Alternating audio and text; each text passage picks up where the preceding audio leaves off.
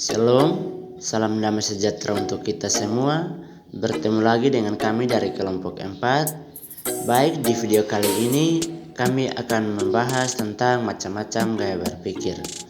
Tujuan kami dalam pembuatan video belajar ini yaitu untuk memenuhi tugas mata kuliah Psikologi Perkembangan Peserta Didik yang diampu oleh Ibu Sance M. Tameon MPDK. Nah teman-teman, sebelum kita simak video berikut ini, saya ingin memperkenalkan nama-nama anggota kelompok kami. Yang pertama dengan saya sendiri, Narmar De Wilson Toto. Yang kedua, Claudia Rambubobu. Yang ketiga, Nurwasti Dohina. Yang keempat, Esterina Natu. Yang kelima, Angris Sulastrilai. Yang keenam, Usmi Sintaselan. Oke teman-teman, silakan simak video berikut ini.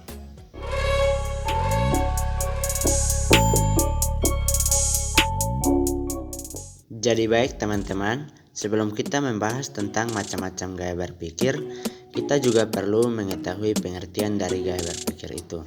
Nah, gaya berpikir adalah cara yang disenangi oleh seseorang dalam menggunakan kemampuannya untuk menerima informasi, pengelolaan penyimpanan, dan pengambilan kembali informasi tersebut dari ingatan untuk menanggapi masalah yang dihadapinya.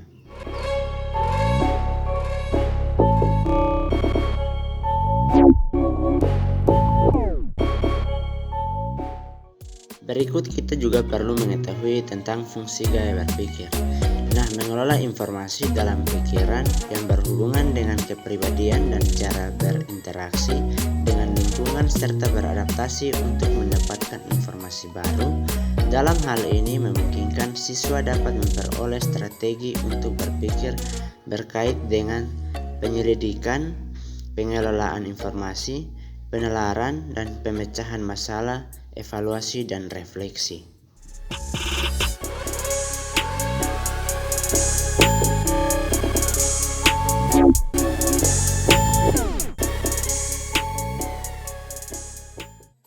Oke, jadi baik teman-teman, langsung saja kita membahas tentang macam-macam gaya berpikir.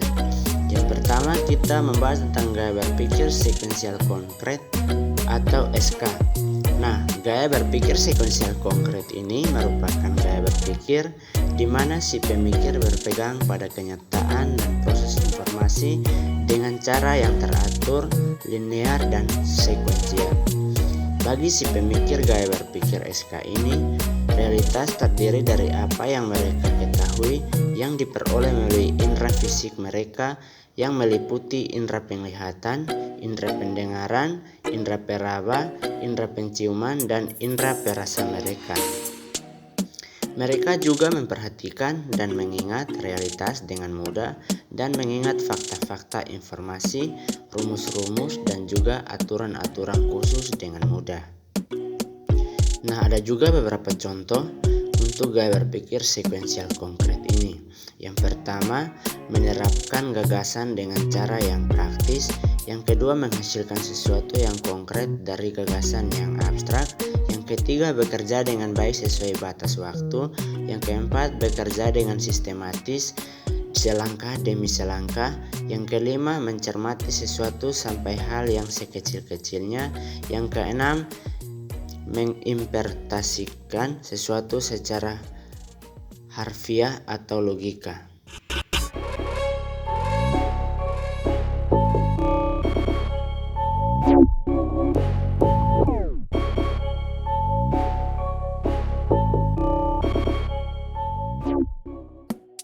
Yang berikut kita akan masuk ke gaya berpikir acak konkret atau AK. Nah, gaya berpikir acak konkret atau AK ini memiliki sikap eksperimental yang diiringi dengan perilaku yang kurang terstruktur. Seperti halnya pada gaya berpikir sekuensial konkret, mereka berdasarkan pada kenyataan tetapi ingin melakukan pendekatan coba salah atau trial and error. Oleh karena itu, mereka sering melakukan lompatan intuitif yang diperlukan untuk pemikiran yang kreatif dan sebenarnya.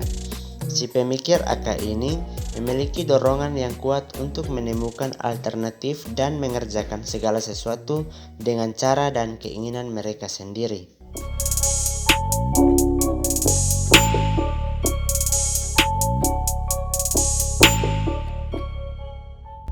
Berikut ada beberapa contoh gaya berpikir acak konkret.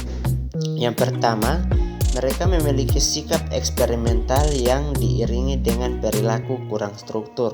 Yang kedua, berani mengambil risiko. Yang ketiga, memiliki dorongan yang kuat untuk menemukan alternatif. Yang keempat, mengerjakan segala sesuatu dengan cara mereka sendiri.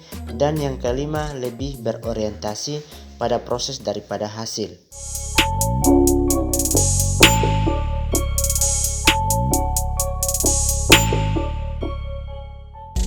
Nah, yang berikut kita masuk ke yang ketiga, gaya berpikir acak abstrak atau AA.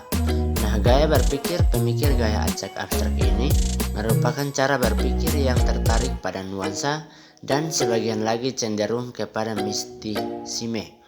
Adapun gaya berpikir AA ini menyerap ide-ide atau informasi serta kesan dan mengaturnya dengan refleksi.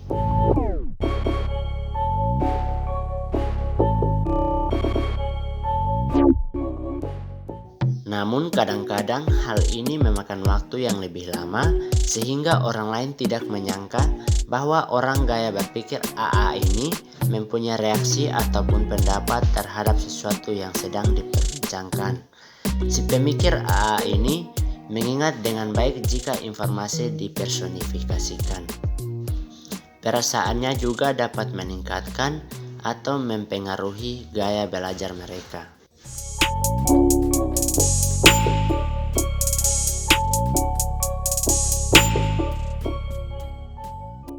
Berikut ini ada beberapa ciri tentang gaya berpikir acak abstrak.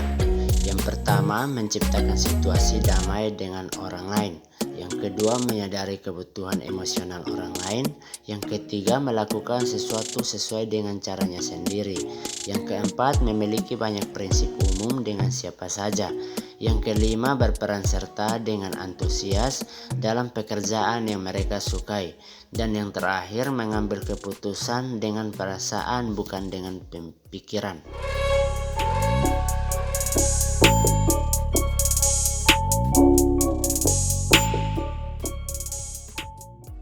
Oke, baik teman-teman, kita masuk ke pembahasan yang keempat atau yang terakhir tentang gaya berpikir sekuensial abstrak atau SA. Nah, gaya berpikir sekuensial abstrak atau SA ini merupakan gaya berpikir yang bersifat dunia teori, metafisis, dan dunia abstrak. Si pemikir SA ini sangat menghargai orang-orang serta peristiwa-peristiwa yang teratur dan rapi. Sangatlah mungkin bagi mereka untuk meneropong hal-hal yang bersifat sangat penting seperti pada titik kunci dan detail-detail yang sangat penting. Adapun proses dan cara berpikir si pemikir SA ini sangatlah logis, rasional, dan intelektual. Dan biasanya proses atau cara berpikir mereka seringkali di atas cara berpikir orang yang lain.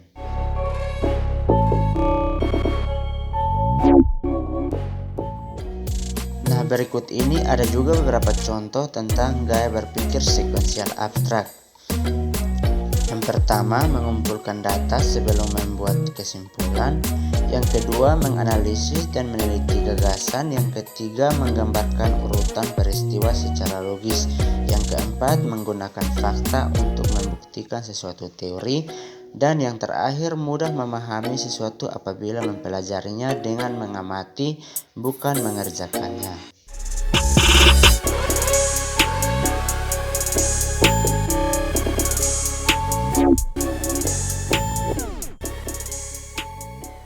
Sekian dari pembahasan kami di video kali ini. Terima kasih karena teman-teman sudah meluangkan waktu untuk menonton dan belajar bersama dengan kami.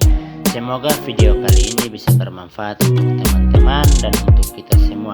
Sampai jumpa, Tuhan Yesus memberkati kita semua.